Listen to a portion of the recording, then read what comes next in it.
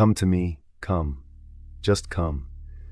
Do not rehearse your words. Do not wait until you are stronger, until the tears have stopped, until you have figured out what went wrong or how to fix what is broken. Come to me exactly as you are, fractured, exhausted, hollow in places you did not even know could go hollow. Come to me with the weight still on your back. Come with the questions you are afraid to ask out loud. Come with the anger you have been suppressing even toward me. I am not afraid of your anger. I am not threatened by your doubt. I have carried worse things than your disappointment. Come. I said it once on a hillside in Galilee, and I say it again now, directly to you in this very moment. Come to me, all you who are weary and burdened, and I will give you rest. Matthew 11:28. I did not say come to me when you are presentable. I did not say come to me when you have conquered your addictions. I said come. That word come is the whole invitation. It requires nothing of you but movement toward me. And if your legs are too weak for movement, then fall. Fall in my direction. I will be there when you land. You have been carrying something enormous. I see it. I have seen it from before you were aware it was being placed upon you. I watched the moment the betrayal happened. I was present in the room when the diagnosis was spoken. I heard the conversation that shattered your sense of safety. I was there the night you lay in the dark and could not find a single reason to rise in the morning. I was there. I have always been there.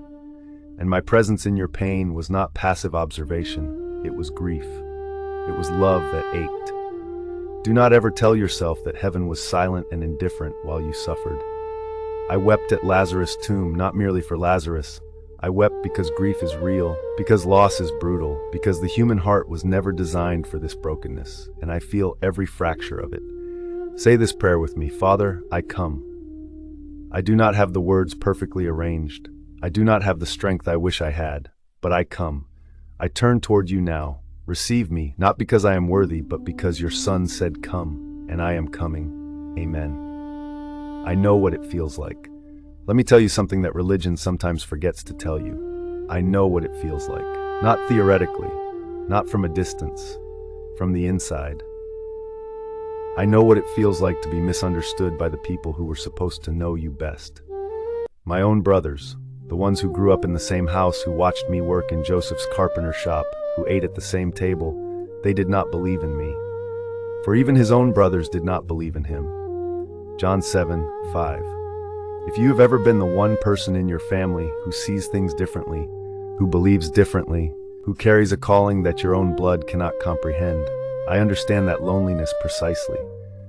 I know what it feels like to be betrayed by a friend, not a stranger, a friend, someone I chose, someone I broke bread with, laughed with, walked dusty roads with for 3 years. Judas did not betray me with a sword, he betrayed me with a kiss. The most intimate gesture of greeting became the instrument of my handing over. If your deepest wound came from the person you trusted most, if the knife that cut you was held by familiar hands, I have felt that specific anguish. I have not watched it from heaven and philosophized about it. I felt it in my body, in my stomach, in the place behind the sternum where loyalty lives. I know what it feels like when everyone runs, when crisis comes and the crowd thins. In Gethsemane, I asked my closest disciples, just 3 of them, to stay awake with me, just to be present, just to watch. And they slept. 3 times I came back and they were asleep. If you have ever gone through the darkest night of your soul and discovered that the people you thought would stay had quietly gone home, I have lived that night in a garden with sweating blood and sleeping friends. I know what it feels like to cry out to the Father and feel. From the cross I cried, my God, why have you forsaken me? Matthew 27:46. The Son of God, crying out in the language of abandonment. If you have prayed and the heavens felt like brass, if you have called out to God until your throat was raw and still the silence seemed to stretch without end, you are not alone in that experience. I entered it. I went all the way to the bottom of that darkness so that you would never have to go there without company.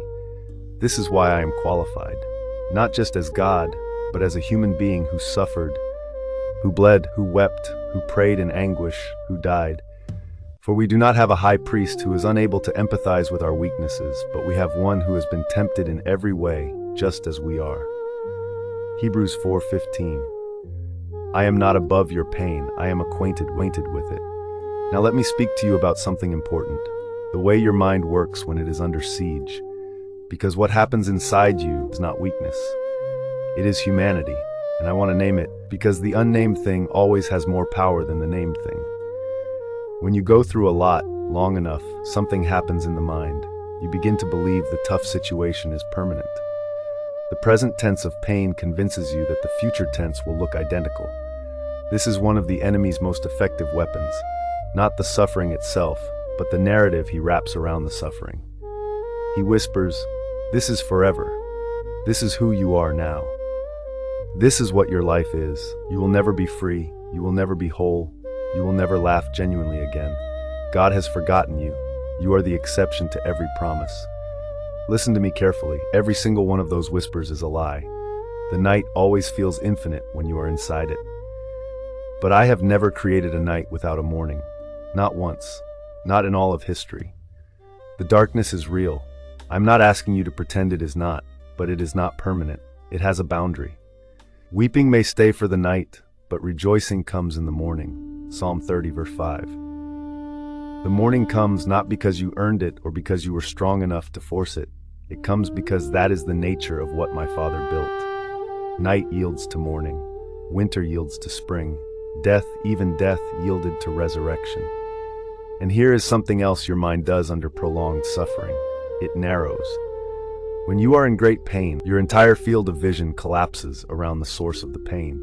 You cannot see possibilities. You cannot imagine alternatives. Your world becomes the size of your wound. This is not a character flaw. It is a neurological and psychological reality.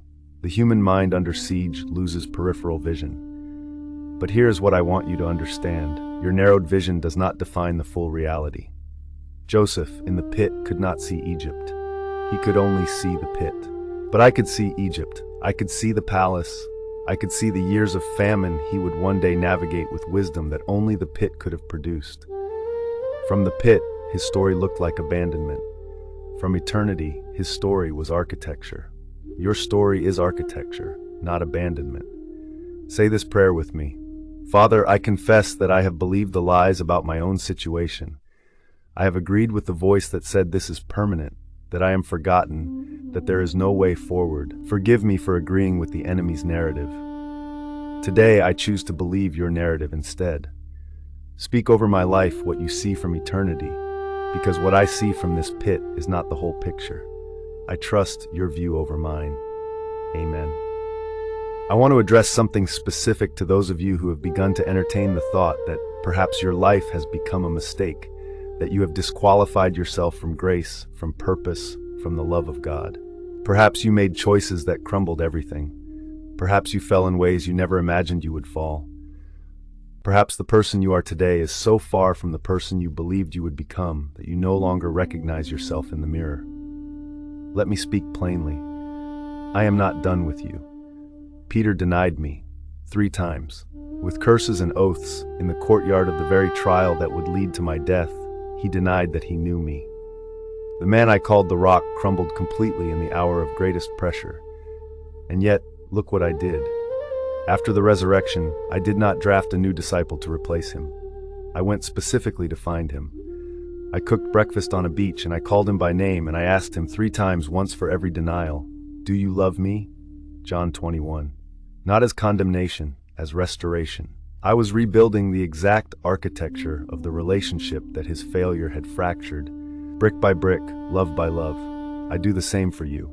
Your failure, catastrophic as it may feel, did not surprise me. I told Peter it was coming before it happened. Simon, Simon, Satan has asked to sift all of you as wheat, but I have prayed for you, Simon, that your faith may not fail. Luke 22:31-32. Satan asked. He had to ask. Nothing comes against you without first passing through my knowledge. And in that moment, before Peter's greatest failure, I was already interceding for him. I am interceding for you right now. He always lives to intercede for them. Hebrews 7:25. There has not been a single moment of your hard times and your bad days in which the Son of God was not at the right hand of the Father speaking your name. Once again, I live forever to intercede for you and for those that loves my Father.